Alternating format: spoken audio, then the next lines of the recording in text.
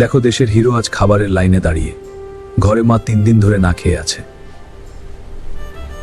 মা, তুমি খাও। না বাবা, তুই খা, তোর শক্তি দরকার। আমি প্রতিজ্ঞা করছি মা, তোমাকে আর কষ্ট করতে দেব না। এই হিরো, তুমি এখানে কি করো? এখানে ভিক্ষা করতে এসছো নাকি?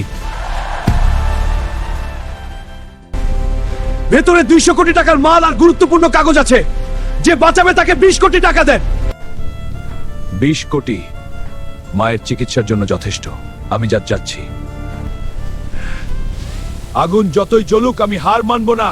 আমাকে পারতেই হবে আজকে। এই নাও 20 কোটি টাকা। তুমি সব বাঁচিয়েছো, এটা তোমার প্রাপ্য। মা, আমি এসেছি, আমি টাকা নিয়ে এসেছি। মা, মা।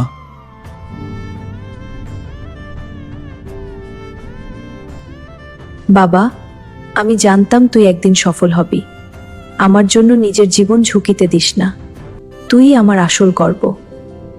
মা, আজ আমি সব পেলাম, কিন্তু তোমাকে হারালাম।